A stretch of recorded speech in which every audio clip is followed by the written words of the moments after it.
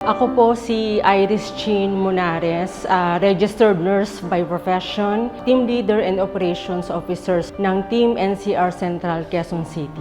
Galing po ako ng abroad, Europe and Middle East particular po, for 5 years.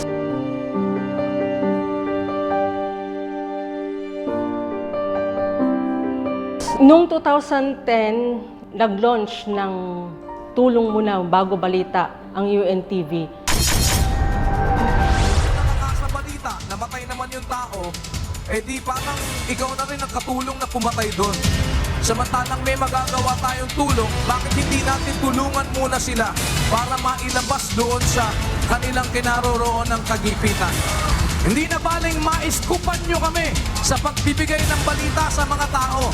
At least may maisasalba namang buhay ng isang nangangailangan ng tulong. Tulong muna bago balita! Yung panahon kasi na yon, nasa abroad ako, naengganyo ako, natuwa ako kasi meron ng ganun. Sa kabila ng pagbabalita, tumutulong po, merong rescuer ang UNTV. Sabi ko, pagka uwi ko dito sa Pilipinas, kung loloobin ng Diyos, gusto kong sumali. Dahil hindi lang yung pagbabalita ang ginagawa nila. Tinutulungan muna nila yung naaksidente bago nila ibalita, which is na napaka-unique po. Pag uwi ko ng Pilipinas, naghanap ako ng pwedeng ma-incline din yung profession ko as a nurse po.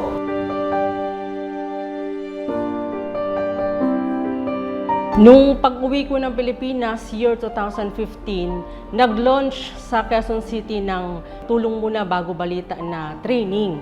Agad ako na sumali, nagpalista, tas nag-training po ako ng 3 araw. Sa awa at tulong ng Diyos, nagustuhan ko siya kasi ibang-iba yung way na pagtuturo po nila doon sa naging profession ko, which is yung sa nurse po. Iba po kasi yung mga training na may trauma kaysa doon sa medical.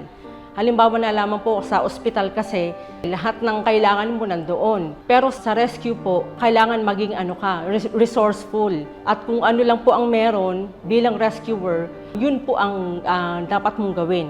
Natuwa naman po ako doon dahil isang magandang profession po ito bilang rescuer na napaka-unique po niya. Nakikita ko na hindi ka lang tumutulong sa kapwa, nagkakaroon ka pa ng fulfillment sa sarili mo at sa grupo ninyo na nakatulong kayo sa kapwa at nagkaroon kayo ng tatak na gawang mabuti para sa lahat. Malaking pagkakaiba po yung pagiging nurse mo sa ospital at yung pagiging rescuer mo. Sa ospital po, talagang fully equipped ka nandun na lahat at may doktor po na kasama, may ibang medical staff na kasama. Pero sa UNTV News and Rescue, kayo lang ikaw lang yung gagawa, yung pagsi-CPR mo, ano po yun talagang ikaw lang dapat yun, dapat maalam ka. Kasi malaking tulong po yung nagawa ng rescue po sa akin dahil yung kahit pwede mo magawa sa bahay yun yung naituro ng UNTV News and Rescue.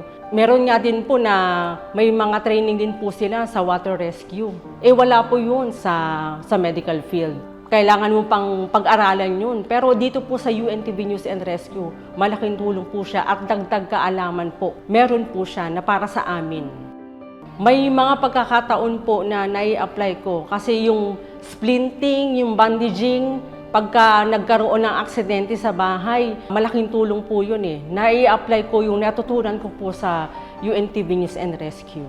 Ang aking tatay po ay stroke survivor. Kailangan in-monitor po namin talaga siya. May mga tendency na inaatake siya. Yung UNTV News and Rescue ay may mga tinuro po. Pang first aid para po sa mga ganun.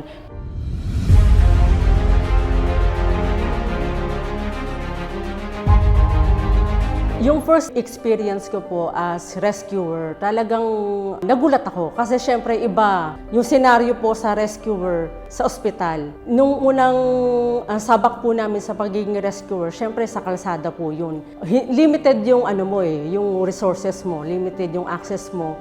Kung ano lang yung na-train sa'yo, yun lang naman ang dapat mong sanang gawin. Yung una, talagang hindi ako makagalaw. Although na-training po sa amin, Hindi ko alam ang unang gagawin ko. Pero nagkaroon ako ng pagkakataon na dapat gawin ko to kasi naturo to sa amin. Talagang nagamit ko siya sa awa at tulong ng Diyos. Yung pagiging rescuer mo, pag-first aid mo sa patient, pag-i-interview mo sa patient, pag-coordinate mo sa mga pulis, kung meron man po, sa mga doktor sa ospital, pag dinala mo yung patient doon. So malaking tulong po yun, malaking bagay yun na hindi ko nagawa sa pagiging nurse ko. Kasi pagka sa nurse ka naman, hindi mo naman kailangan kausapin yung pulis.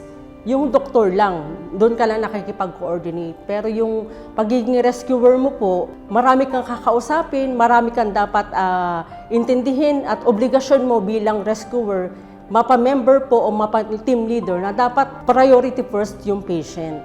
Ang pinaka-unforgettable experience ko sa pagiging rescuer sa UNTV, nung year 2018, meron po kasing repaso ang UNTV at isa po kami sa na-deploy po doon. Sa totoo lang po, mahirap po talaga ang pagsabayin yung paghahanap buhay bilang isang nurse at pagiging rescuer. Kasi pag umaga, ako po ay nurse, kailangan alert ka, kailangan gising ka kasi may mga ini-handle po akong patient. Mahirap po sa part ko na lagi kang gising kasi you need to be fit and alert. Every minute, every hour, po pwede kasi kayong magkaroon ng pasyente bilang rescuer. Kaya yan po ang aking motivation to stay fit and alert. Kasi masarap tumulong sa kapwa, lalo na po sa nag-aagaw buhay. Masarap sa pakiramdam na makatulong ka sa kapwa. Kasi alam namin sa panahon na iyon, kung walang rescuer na dumating, maaaring mapahamak ang pasyente. Kaya isang napakasarap sa pakiramdam na makabahagi ka at maging isang lifesaver.